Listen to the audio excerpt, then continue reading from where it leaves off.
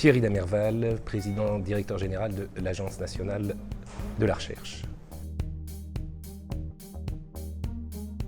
Mais en fait, l'ANR fait plus que soutenir les rencontres, puisqu'elle en a même été à l'origine. On en est aux 6e rencontre.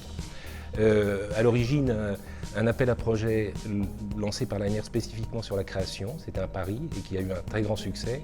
Rencontre ensuite avec le Festival d'Avignon, et quand Olivier Py a été nommé directeur du festival, il a lancé les ateliers de la pensée, dans lesquels les rencontres recherche et création s'intégraient parfaitement.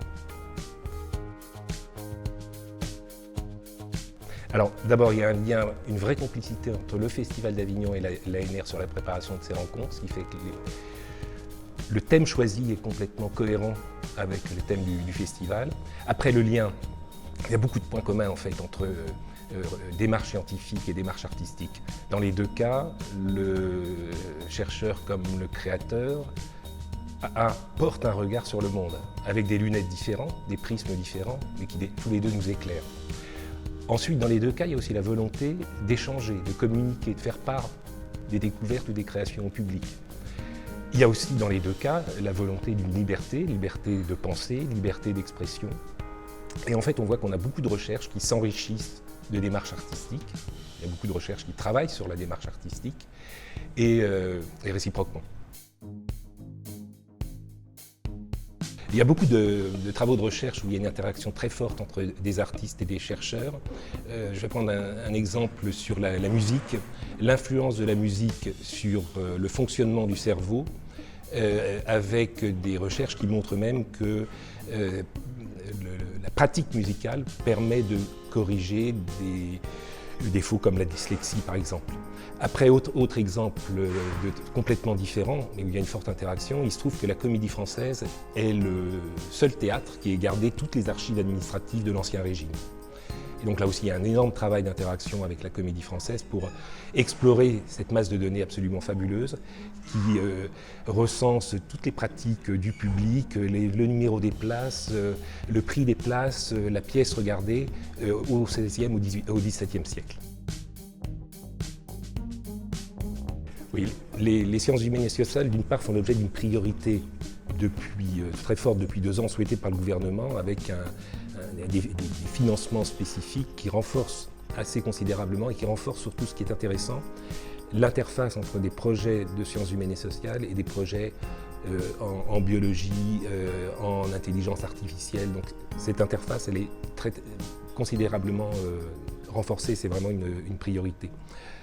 L'autre point, on a par exemple un axe spécifique, culture, création, patrimoine.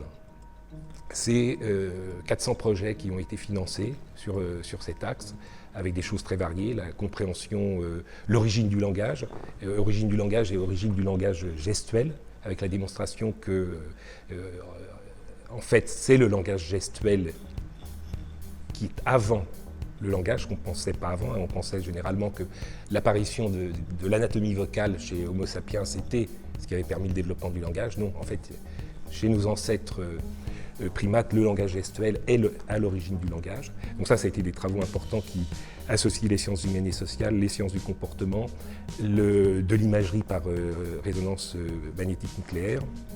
Et donc un fort développement dans ce domaine création, culture, patrimoine, là aussi de l'interaction entre la linguistique, l'histoire, les sciences du comportement et les sciences cognitives, les neurosciences.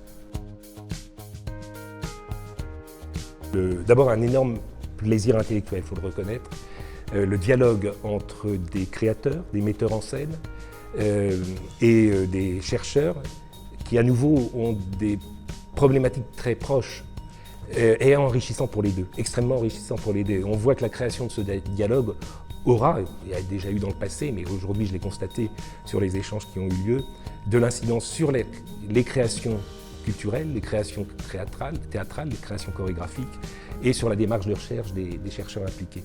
Donc il y a un enrichissement extrêmement fort, et c'est ça qui est la grande satisfaction de ces rencontres.